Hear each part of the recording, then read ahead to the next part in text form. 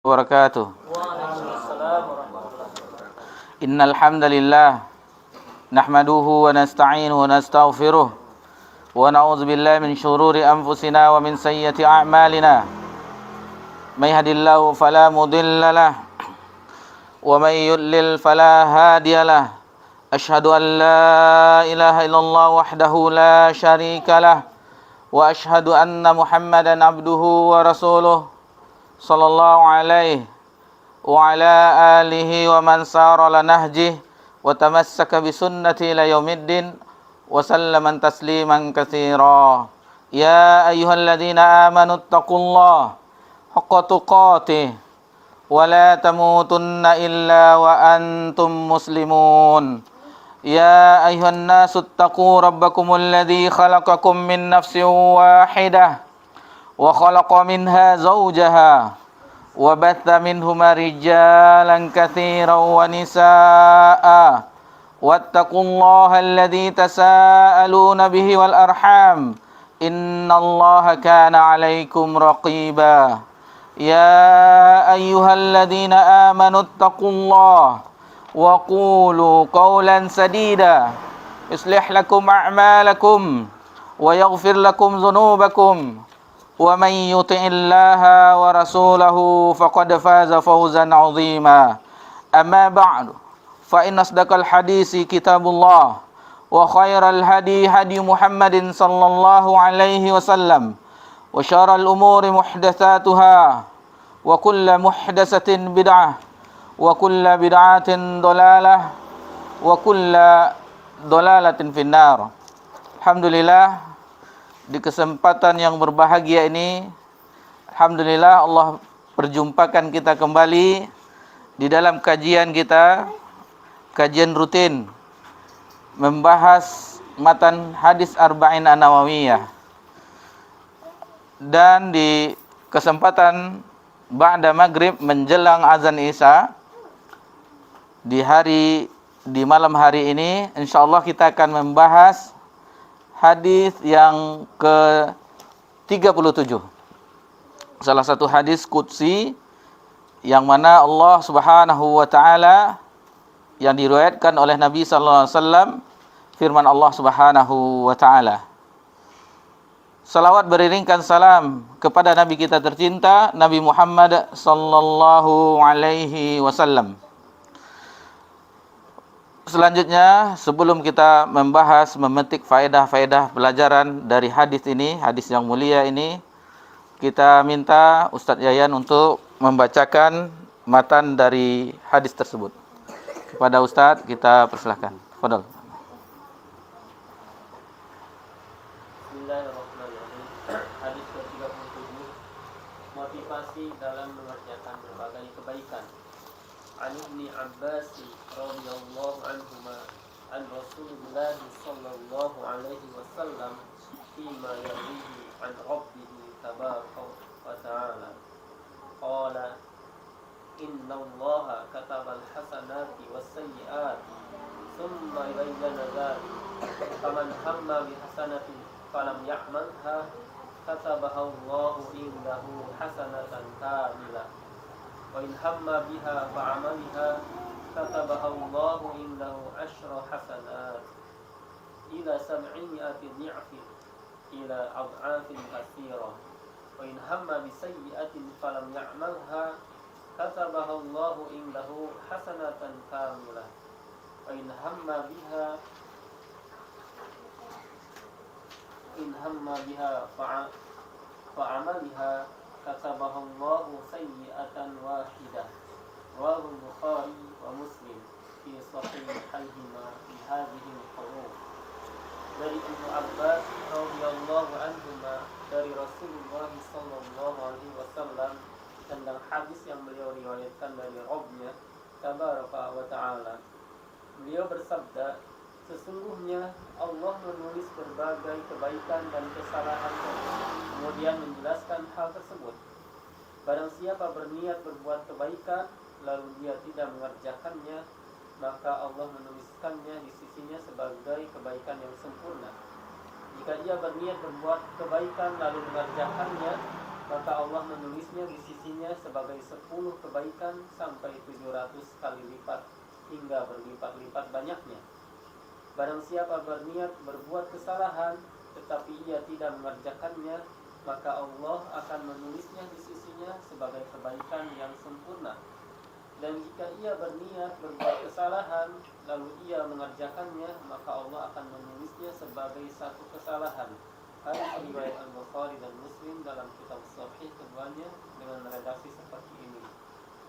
Imam An-Nawawi berkata, perhatikanlah wahai saudaraku, semoga Allah memberikan taufik kepada kami dan semua kalian dan kamu sekalian. Betapa agungnya kelembutan Allah Subhanahu wa taala, serta perhatikan lafaz-lafaz hadis ini. Sabda beliau di sisinya adalah isyarat tentang perhatian Allah terhadap kebaikan. Sabda beliau sempurna adalah sebagai penguat dari perhatian Allah terhadap kebaikan. Dan pada kesalahan yang diinginkan kemudian ditinggalkan, beliau bersabda, Allah menulisnya di sisinya sebagai satu kebaikan yang sempurna. Beliau menguatkan dengan kata sempurna.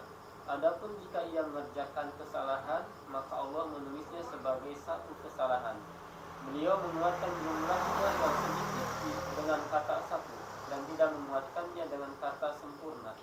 Segala puji dan karunia hanya milik Allah. Kita tidak akan mampu menghitung pujian atasnya. Wabillahi taufiq wal hidayah. Baik.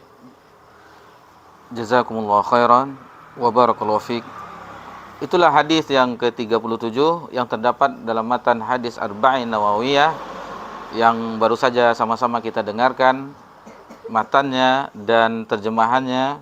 Kemudian komentar dari Imam An-Nawawi yang sungguh luar biasa, bagaimana pengetahuan seorang ulama yang bergelut di dalam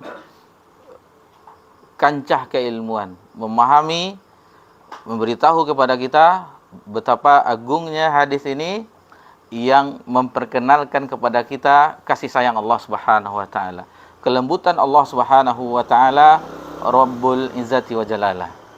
Sungguh apabila dicermati, seperti Imam An-Nawawi mencermati hadis ini, memberikan komentar yang sangat luar biasa. Bahkan ada kata-kata kamilah sempurna. Karena Allah Subhanahu wa taala memberikan balasan itu tidak separuh-separuh, tetapi sempurna sesuai dengan kemurahan, kedermawan Allah Subhanahu wa taala, dan sesuai juga dengan niat seorang hamba yang melakukannya, dan apakah itu sesuai dengan tuntunan Nabi sallallahu alaihi wasallam. Dan hadis ini sahih, diriwayatkan di dalam Sahihain, dalam Sahih Bukhari dan Sahih Muslim.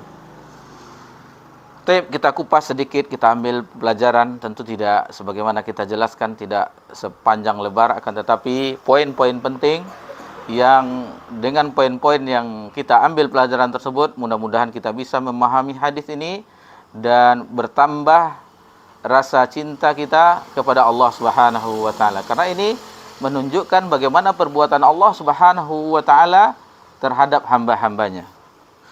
An Ibnu Abbasin radhiyallahu anhuma, dari Ibnu Abbas, semoga Allah meridainya. Ibnu Abbas telah pernah kita singgung biografi singkatnya. Namun tidak salah kita mengulang-ulang kembali untuk mengingat, karena kita menisbahkan diri kepada mereka.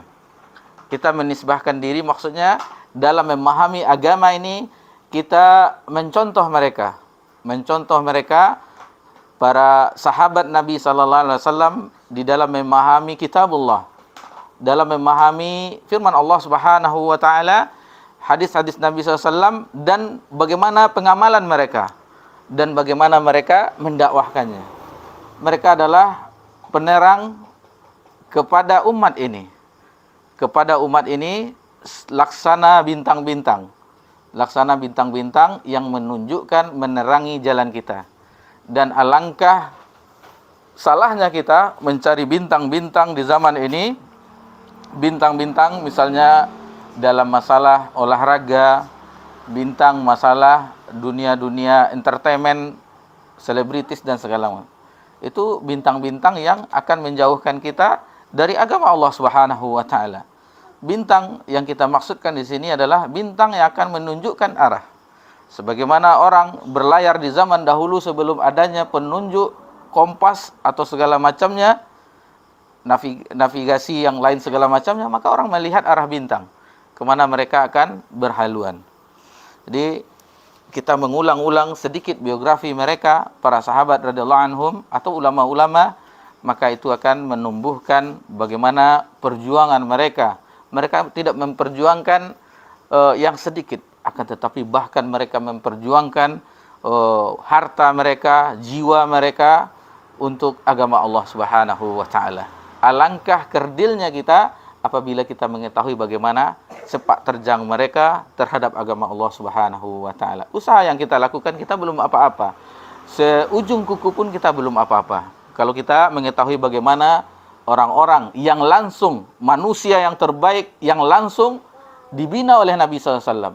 Guru mereka adalah Nabi sallallahu alaihi wasallam yang Jibril membawakan wahyu kepada Nabi Muhammad sallallahu alaihi wasallam. Abdullah bin Abbas radhiyallahu anhuma, sebagaimana kita ketahui, sahabat yang ketika Nabi SAW masih tergolong kecil, gulam yang masih kecil, umur yang belum baligh, umur sekitar ada sobiyun, bayi, balita, ada gulam yang tingkatannya sudah bisa tidak mengganggu lagi kalau dibawa ke masjid, dan itulah umur dari Abdullah bin Abbas ketika Nabi sallallahu alaihi wasallam hidup, dan setelah wafat masih remaja, masih belia, sehingga namun kedekatannya dengan Nabi sallallahu alaihi wasallam itu sungguh sangat berfaedah. Banyak kutipan-kutipan ilmu yang beliau dapatkan, dan semangat beliau Abdullah bin Abbas radhiyallahu anhu dalam menuntut ilmu, sebagaimana kita ketahui perjuangannya ketika dia pergi ke salah seorang sahabat senior seperti Zaid bin Thabit, lamanya menunggu di pintu rumahnya Zaid bin Thabit, menunggu tidak diketok ya, tetapi ditunggunya sampai Zaid bin Thabit radhiyallahu anhu keluar, sampai berdebu-debu, diterbangkan angin. Ketika keluar kaget, ada apa gerangan, kenapa begini? Lalu dikatakannya dia ingin belajar agama. Cukup utusan diutus, karena engkau adalah ahlul bait Nabi SAW, anak dari paman Nabi SAW, cukup diutus orang, aku yang mendatangi. Bukan seperti itu menuntut ilmu. Kita yang mendatangi ilmu, kata Abdullah bin Abbas. Lebih kurang seperti itu riwayat sejarah yang menjelaskan bagaimana khidmat belajarnya, dan itu disaksikan bagaimana Abdullah bin Abbas di masa kanak-kanak, masa bermain, seharusnya dihabiskan bercengkrama dengan teman-teman kanak-kanaknya, tetapi Abdullah bin Abbas berkumpul dengan Nabi SAW dan sahabat-sahabat yang lainnya, sahabat-sahabat senior, sehingga ketika itu diajak oleh teman-temannya untuk bermain, Abdullah bin Abbas tidak mau. Allah berikan hidayah, karena itu salah satu doa Nabi SAW, Allahumma faqihu fid din wa alimu ta'wil. Ya Allah, faqihkanlah dia dengan ilmu agama, dan dia menjadi seorang ahli ta'wil, maksudnya ahli tafsir. Meskipun dikenal dengan ahli tafsir, generasi sahabat, tetapi dia mendalami seluruh disiplin ilmu. Baik itu fikihnya, baik itu hadisnya, baik itu tafsir sudah jelas, baik itu sastra Arabnya dan segala macamnya. Dan itu apabila orang belajar, bertanya kepada Abdullah bin Abbas, dijelaskan secara rinci, misalnya masalah fikih, dijelaskan secara rinci, ditambah faedah. Lalu datang lagi yang bertanya masalah hadis, dijelaskan serinci-rincinya, ditambah faedah. Lalu masalah tafsir, seperti itu. Seluruh ilmu dikuasai oleh Abdullah bin Abbas radhiyallahu anhuma. Lalu Abdullah bin Abbas beranjak di usia dewasa, barulah teman-teman mereka sadar. Karena Abdullah bin Abbas salah satu rujukan dari generasi sahabat untuk bertanya, untuk berfatwa, dan untuk menyampaikan ilmu agama. Di mana Abdullah bin Abbas menyampaikan ilmu agama, teman-teman yang dulu bermain-main di waktu masa belianya, ini dia hasilnya. Ketika kami bermain-main, dan sekarang lihatlah Abdullah bin Abbas, Ibnu Abbas, mereka, Abdullah bin Abbas, maksudnya orang-orang menimba ilmu kepada Abdullah bin Abbas. Itu sejenak bagaimana kisahnya Abdullah bin Abbas. Adapun di zaman setelah khalifah, seperti di zaman Amirul Mukminin Ali bin Abi Thalib radhiyallahu anhu, betapa banyaknya orang yang pindah pemahaman dari Khawarij ke Ahlu Sunnah. Bagaimana debatnya dengan Abdullah bin Abbas di Nahrawan, sehingga mereka rujuk, lebih dari separuh orang-orang ketika itu rujuk kembali ke pemahaman yang sahih. Hujahnya kuat, dan begitulah di zaman itu, di zaman khalifah tersebut, Khalifah Ar-Rasyidin, Abdullah bin Abbas salah satunya ditunjuk untuk menjadi khutbah di hari Arafah, di mana seluruh kaum muslimin di dunia ketika itu berkumpul di Arafah untuk mendengarkan penjelasan dari Abdullah bin Abbas. Kata tabi'in yang mendengar khutbah Abdullah bin Abbas, seandainya orang-orang ahlul kitab, orang-orang Yahudi dan Nasrani mendengarnya khutbah Abdullah bin Abbas penjelasan tentang Islam, maka mereka akan berbondong-bondong untuk masuk agama Islam. Karena saking jelasnya penjelasan dari Abdullah bin Abbas mengenai agama ini. Jadi di samping kita bermodalkan hafalan, kita harus bisa juga menjelaskan, maksudnya menjelaskan bagaimana seseorang yang mendengarkan paham terhadap nas dalil yang kita bawakan. Tentu kita menukilkan pendapat-pendapat para ulama, bukan ra'yu kita, akan tetapi pendapat-pendapat ulama terdahulu yang telah menafsirkan atau yang telah menjelaskan firman Allah Subhanahu wa taala dan hadis-hadis Nabi sallallahu alaihi wasallam. Dan yang paling terkenal kisahnya di zaman Amirul Mukminin Umar bin Khattab, bahwasanya Ibnu Abbas dimasukkan ke dalam majelis syuro. Anak belia yang masih remaja dimasukkan ke dalam majelis syuro, sehingga ketika itu veteran perang Badar merasa tidak nyaman. Kami juga mempunyai anak-anak seumuran Ibnu Abbas. Lalu ketika itu Umar, kita jelaskan secara ringkas saja. Lalu Umar menunjukkan bagaimana keilmuan Ibnu Abbas. Umar radhiyallahu anhu bertanya, melontarkan pertanyaan, bagaimana pendapat antum semua tentang ayat di dalam surah An-Nasr, "Idza jaa nasrullahi wal fath" ila akhiril ayah. Lalu mereka yang senior-senior, tetua-tetua, yang sepuh-sepuh menjelaskan tentang bahwasanya Nabi SAW, bahwanya kita diberikan kemenangan, orang berbondong-bondong masuk Islam dan segala macamnya, yang mereka ketahui, senior-senior, sepuh-sepuh, veteran perang Badar, tentang konteks yang jelas di dalam ayat. Lalu Umar bin Khattab bertanya kepada Ibnu Abbas, bagaimana pendapat engkau wahai Ibnu Abbas? Lalu Abdullah bin Abbas menjelaskan bahwa ketika ayat itu turun, itu pertanda wafatnya Nabi sallallahu alaihi wasallam. Itulah yang saya pahami, kata Ibnu Umar. Seolah-olah kata Umar ingin menunjukkan kepada sahabat-sahabat yang sepuh senior tentang keilmuan dari Abdullah bin Abbas radhiyallahu anhuma. An Rasulillah sallallahu alaihi wasallam, dari Rasulullah sallallahu alaihi wasallam, fima yarwihi an rabbih tabaraka wa taala. Hadis qudsi pernah kita bahas di pembahasan kita sebelumnya, bagaimana Nabi SAW meriwayatkan dari Rabb-Nya. Salah satu ciri hadis qudsi ada lafaz, salah satunya fima yarwihi an rabbih, diriwayatkan dari Rabb-Nya. Hadis qudsi termasuk firman Allah Subhanahu wa taala, akan tetapi lafaznya dari Nabi sallallahu alaihi wasallam. Lafaznya dari Nabi SAW, sedikit kita ulang kembali pelajaran kita, bahwasanya perbedaan antara Al-Qur'anul Karim dengan hadis qudsi, di antaranya kita tidak sebutkan semuanya untuk mengingat beberapa poin saja. Hadis qudsi, Al-Qur'anul Karim ketika kita membacanya, setiap hurufnya mendapatkan 10 pahala. Adapun hadis qudsi tidak.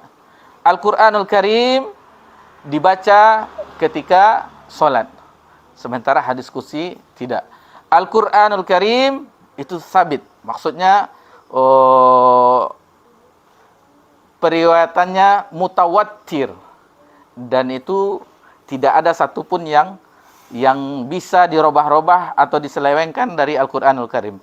Sementara hadis qudsi sesuai dengan disiplin ilmu hadis, ada dhaifnya juga, ada hasannya juga, karena sistemnya sesuai dengan periwayatan ilmu hadis. Adapun hadis yang kita ini sudah jelas sahihnya karena terdapat di dalam kitab Sahih Bukhari dan Sahih Muslim. Qal, Nabi SAW bersabda yang diriwayatkan dari Rabbnya, "Innallaha katabal hasanati was sayyi'at." Sesungguhnya Allah telah menetapkan, atau kataba di sini menuliskan, setiap kebaikan dan keburukan. Ini harus kita yakini bahwasannya setiap amalan kita akan dipertanggungjawabkan di akhirat kelak. Sedetail-detailnya. Allah Subhanahu wa taala berfirman dalam surat Az-Zalzalah di akhirnya, "Faman ya'mal mithqala dzarratin khairan yarah." Zarrah. Begitu juga keburukan, "Wa may ya'mal mithqala dzarratin syarran yarah." Zarrah di sini, perhatikan, banyak pendapat yang mengatakan bahwasanya kalau kita lihat terjemahannya seberat biji sawi, atau partikel atom yang paling kecil, atau debu-debu. Kalau misalnya di cahaya pagi kita melihat debu berterbangan, seperti itulah yang dikatakan zarrah. Sampai sekecil itu tetap akan dicatat oleh Allah Subhanahu wa taala, yang ketika itu ditugaskan para malaikat untuk mencatatnya. Baik itu amalan kebaikan, juga amalan keburukan. Kalau kita memahami ini, maka tentu saja kita dalam bertindak akan memotivasi kita, sebagaimana judul yang disebutkan tadi, memotivasi kita untuk melakukan kebaikan-kebaikan. Karena kita yakin bahwasanya itu akan dicatat dan akan diserahkan kepada Rabbul Alamin. Rapor catatan amalan kita akan diberikan kepada Rabbul Alamin. Begitu juga sebaliknya. Apabila kita meyakini juga, maka kita akan hati-hati untuk melakukan kemaksiatan, keburukan. Selanjutnya, tsumma bayyana dzalik. Lalu setelah ditetapkan atau dituliskan, dijelaskan juga seperti lanjutan konteks hadis ini, faman hamma bihasanatin falam ya'malha katabahallahu indahu hasanatan kamilah. Jadi bagi siapa saja yang hamma, kita jelaskan hamma dulu, pernah kita bahas di hadis yang pertama, namun kita mengulang, itulah kita gunanya hadir di majelis ilmu, akan menjemput pelajaran-pelajaran yang pernah kita pelajari. Di samping kita mendapatkan sesuatu pengetahuan yang baru, khasanah ilmiah yang baru, juga mengulang-ulang kembali pelajaran kita yang pernah kita pelajari. Dan tidak ada ruginya sedikit pun kita di dalam menuntut agama. Tidak ada sedikit pun ruginya. Semuanya keberuntungan, semuanya kebaikan. Bukankah kita hadir di sini mendengarkan perkataan sabda Nabi SAW di hadis ini, lalu kita mendengarkan ayat-ayat Allah Subhanahu wa taala di dalam penjelasannya, lalu kita duduk sejenak mengingat akan akhirat, tempat kembali kita, dan untuk mengobati jiwa kita yang terlalu hanyut terhadap fata morgana dunia. Lalu kita berkumpul dengan orang-orang yang ingin kebaikan. Orang yang hadir di majelis ilmu adalah orang-orang yang menginginkan kebaikan, kecuali niatnya salah. Kata Imam Ahmad bin Hanbal bahwasanya talabul ilm, orang yang menuntut ilmu itu la ta'dilu syai', tidak ada yang bisa menandinginya. Orang yang menuntut ilmu itu selain amalan yang wajib, tentu puasa itu amalan yang maktubah, akan tetapi setelah amalan-amalan tersebut, menuntut ilmu itu tidak ada yang menandinginya iza salahul niyah, jika niatnya itu baik. Jadi kita ulang-ulang kembali, niat ini harus baik, karena kita menyinggung masalah hamma. Hamma di sini termasuk salah satu amalan hati yang berhubungan dengan niat. Taib, yang pertama tingkatan niat tersebut adalah al-hajiz. Al-hajiz. Maksudnya yaitu lintasan awal di dalam hati berupa pikiran. Itu lintasan awal di dalam hati berupa pikiran. Itu yang pertama. Ini yang paling terendah. Yang paling terendah dalam tingkatan amalan hati masalah niat. Adapun yang kedua al-khatir. Al-khatir maksudnya lintasan hati sudah mengalir, jadi sudah mengalir dan sudah membayang. Yang tadi baru sekilas, yang ini sudah mengalir dan sudah membayang. Teringat akan kitab seorang ulama yang menulis kitab Saidul Khatir.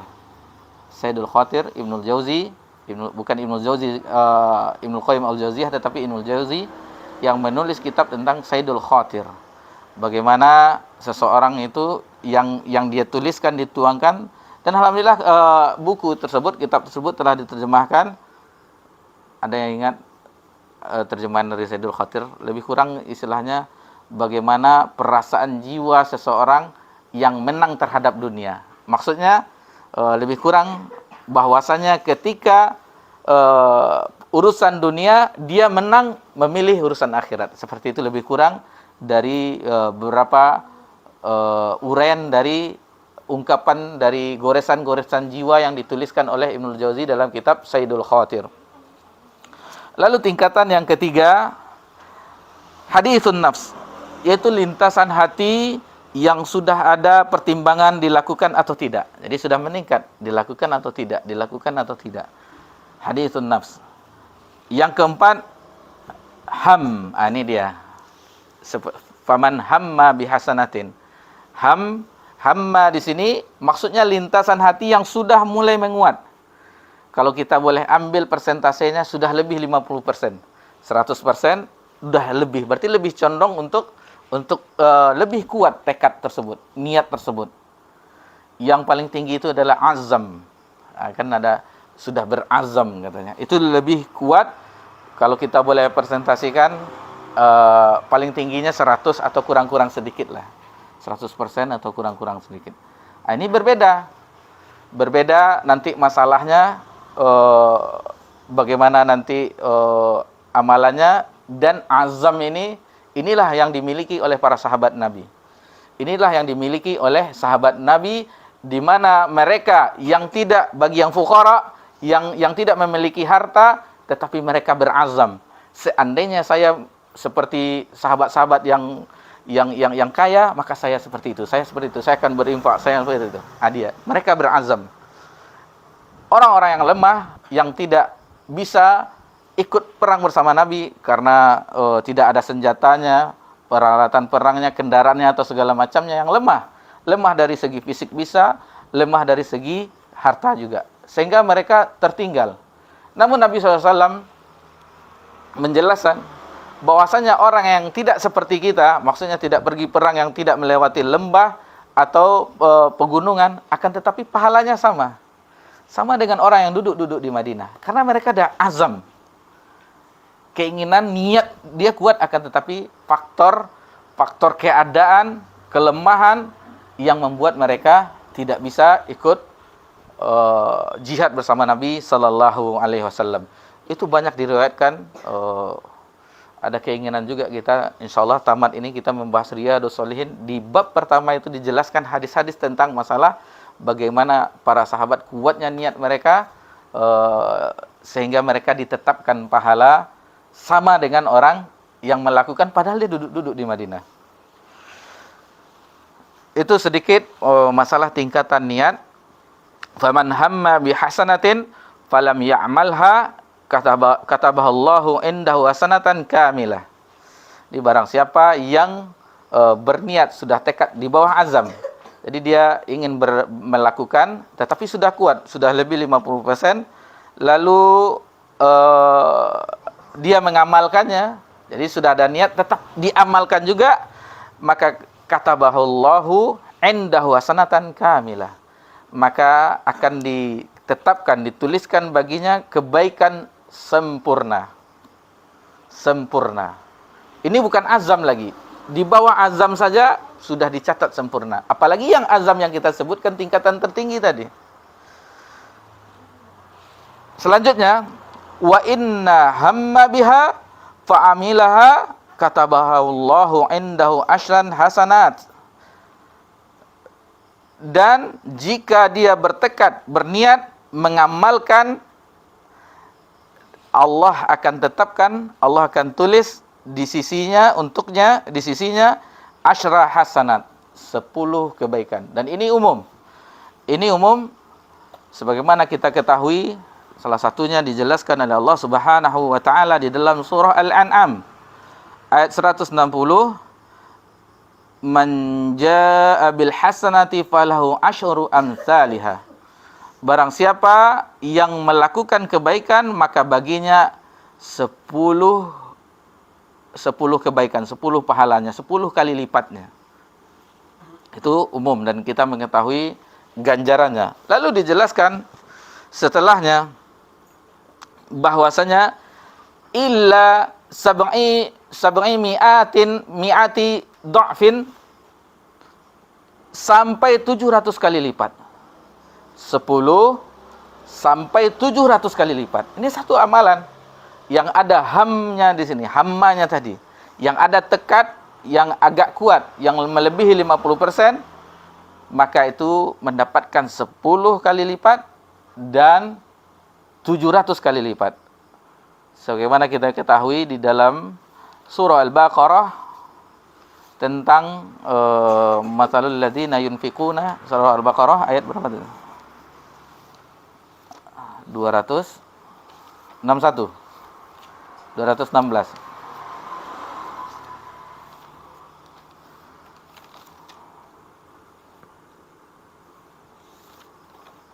Tadi sudah dilihat selayang. Ntar sudah dilihat. Ayat 261. Masalul ladzina yunfikuna amwalahum fi sabilillah kamathali habbatin ambatat sab'ana sanabila fi kulli sanbalatin mi'ah habbah. Jadi dijelaskan di sini bahwasanya orang-orang yang menginfakkan hartanya di sabilillah seperti biji yang ada 7 tangkai. Dan setiap 7 tangkai tersebut ada 100 buahnya. 100 buahnya. Jadi satu ada 7 tangkai, setiap tangkai itu 100. 700 kali lipatnya. Lalu di hadis kita kembali lagi di atas illa at'afin katsirah, sampai kelipatan yang banyak. Tiada terhingga. Apa itu? Baru 2 bulan yang lalu di awal-awalnya kita sering mendengar tausiah dari guru-guru kita, ustadz-ustadz kita, yaitu puasa. Puasa itu tidak terhingga. Jadi kullu amali ibnu Adam laka, setiap amalan Bani Adam itu baginya, illa siyam, kecuali puasa. Karena puasa itu kata Allah Subhanahu wa taala, ini hadis qudsi juga, li bagiku wa ana ajazabih, dan aku akan membalasnya. Disimpan oleh Allah Subhanahu wa taala sebagai tameng, dan nanti di akhirat Allah yang langsung membalasnya. Itu puasa.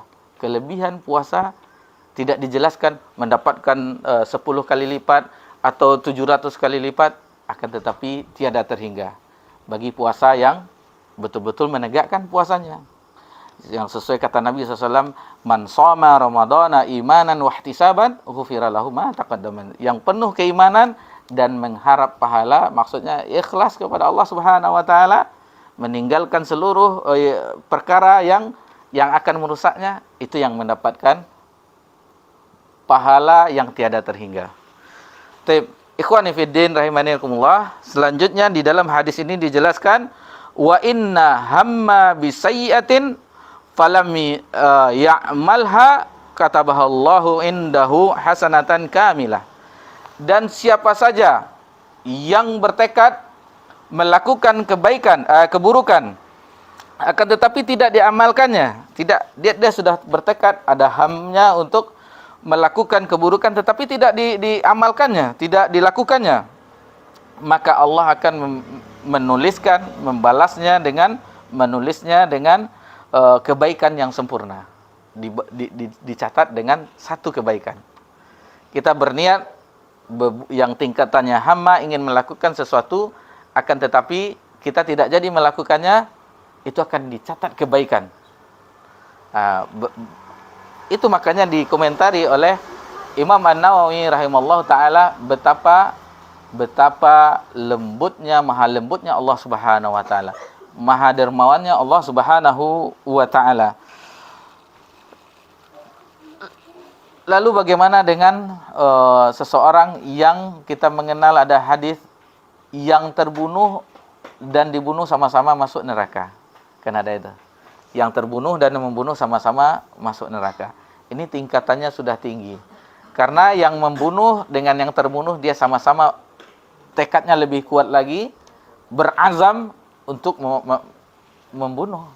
Jadi itu berbeda dengan yang kita bahas hadisnya. Jadi ada beberapa perbedaan yang itu apabila kita cermati tingkatannya tadi, azam, ada hadits nafs, itu berbeda balasannya di sisi Allah Subhanahu wa taala, ketetapannya di sisi Allah Subhanahu wa taala.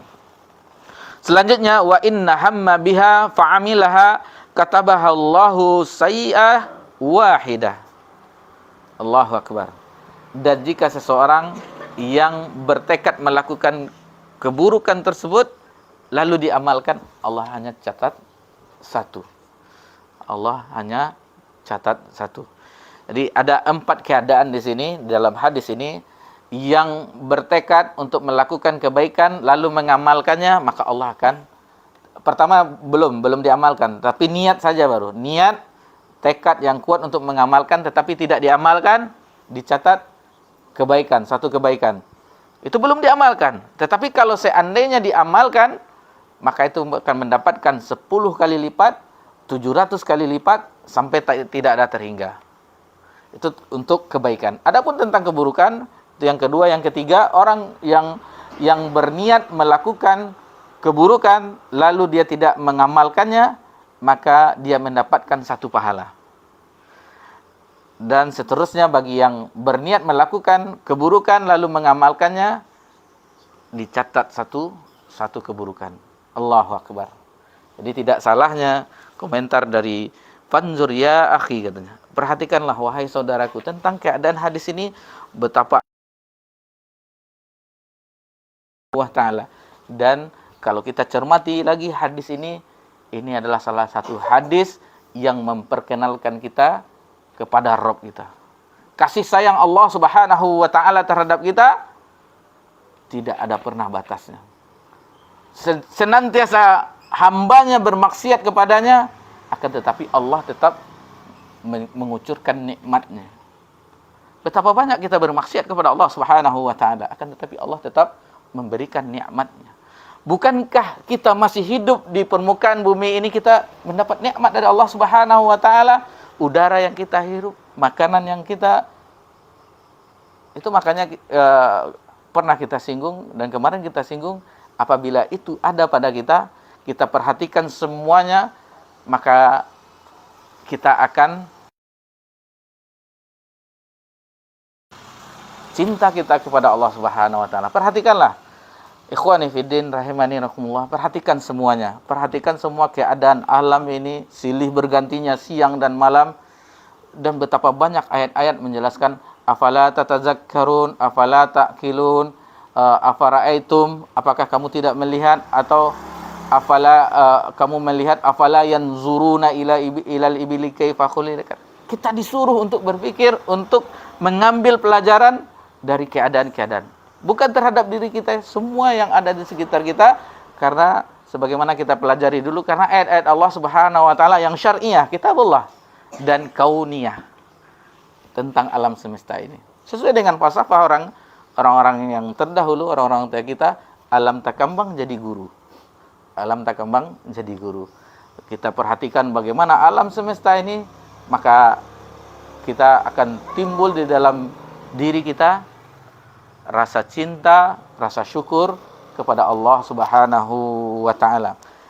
Ikhwani fiddin rahimani rahimakumullah. Selanjutnya yang bisa kita jelaskan juga pada kesempatan ini, bahwasanya ada beberapa pelajaran-pelajaran yang kita simpulkan, karena kita tidak menjelaskan secara panjang lebar dari hadis ini, bahwasanya dari hadis ini kasih sayang tadi ma'rifatullah, kemudian kita mengetahui kasih sayang Allah Subhanahu wa taala sempurna, kamilah, lebihan daripada orang yang sempurna.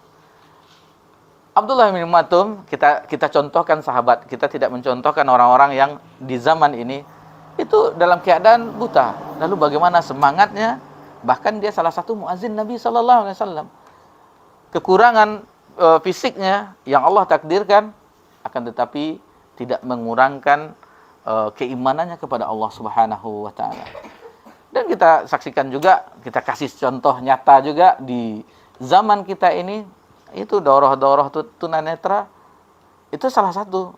Kita ambil contoh bagaimana mereka dengan kekurangan, Allah takdirkan mereka qadarullah dengan kondisi yang kurang, tetapi memiliki keimanan yang melebihi orang-orang yang tidak ada cacat. Mana yang kita pilih? Cacat fisik atau cacat iman? Enggak dua-duanya kan? Enggak dua-duanya.